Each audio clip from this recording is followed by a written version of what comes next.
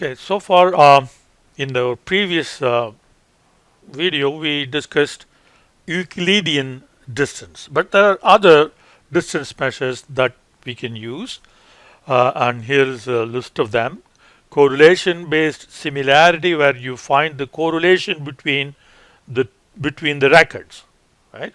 And then we have statistical distance, which is Mahalanobis distance. We discussed this in discriminant analysis.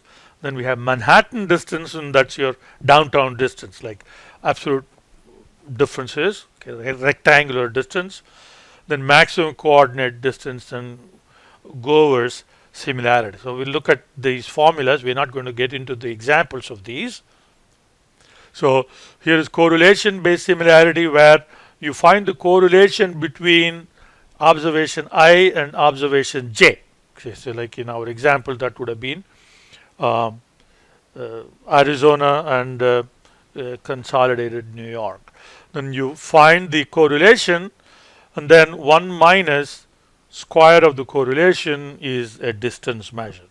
So the smaller this is, so when the correlation is high, so that means they are very close, the values are very close to each other. So 1 minus r squared will give you a very small distance measure. So this is correlation based similarity or distance. Then statistical distance is where you take into account the correlation covariance between the two. It is so you take a distance of x minus xj, and then the covariance matrix inverse of this covariance matrix, and then xi minus xj again. So when you have bunch of, so this is a good way of measuring a composite distance measure between clusters. So one cluster will have a bunch of records, and then you want the distance between those records within a cluster. So that this will be a good measure for that. Manhattan distance is absolute value. So you take the difference between the values, instead of squaring them and adding them like in Euclidean distance, you take an absolute value and then add them up. So there is no need to find a square root now. We did a square root in Euclidean because we squared the differences, then we had to bring it back to the original scale. We had to take a square root, whereas here we are not squaring, it's simply taking absolute value, so there is no square root. Maximum coordinate distance is you would find the difference between the observation I and observation J for all the predictors, and then find the one that is maximum and use that as your distance measure.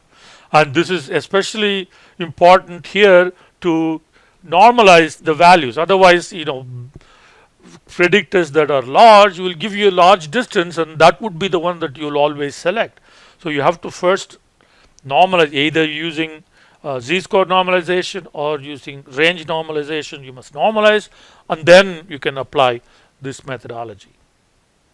Now for categorical data, how do you find distance, the similarity? Suppose you have a variable that has two possible values, 0 or 1. So record 1 can be 0 or 1, and the second record can be 0 or 1 for this particular categorical column. So if both records are 0, okay, so that is A, and that means they are very close. And similarly, if both records are 1, that is very close as well. So the distance measure will be A plus D divided by P. Now a slight modification to this is often we are not so much interested in the two variables matching for 0.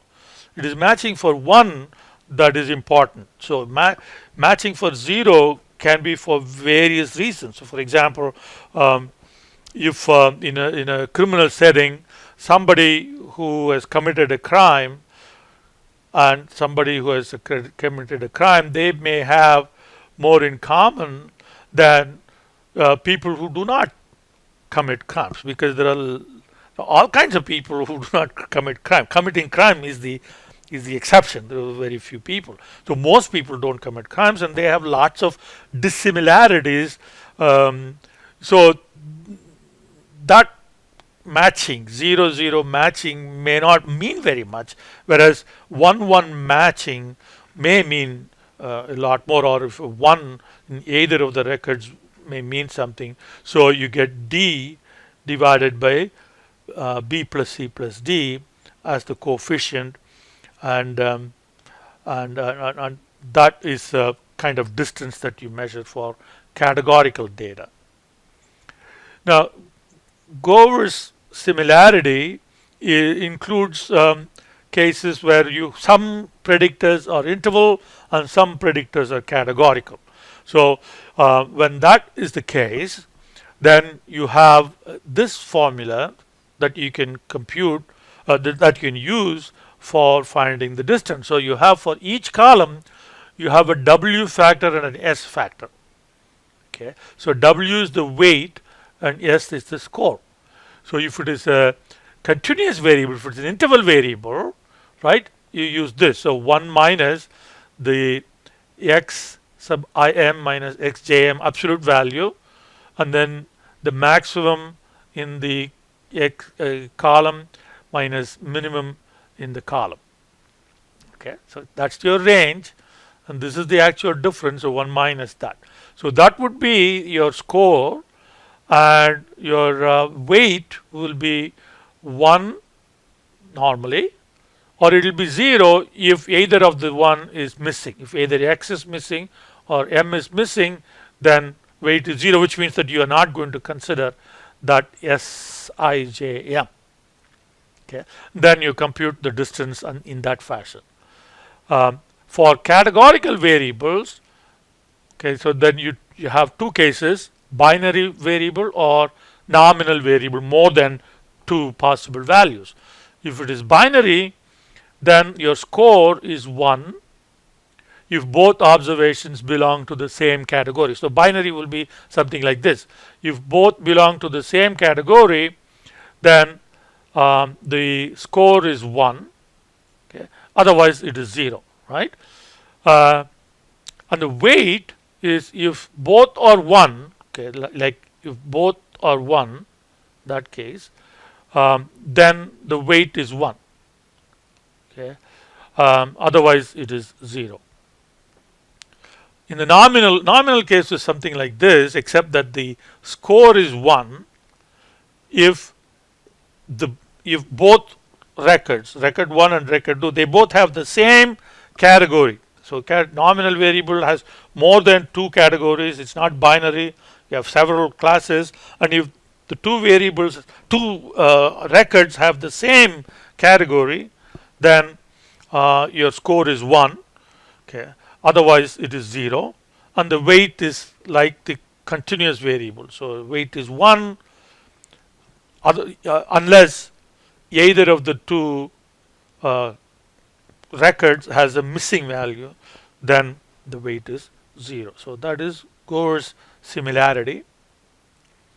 So these are the different ways.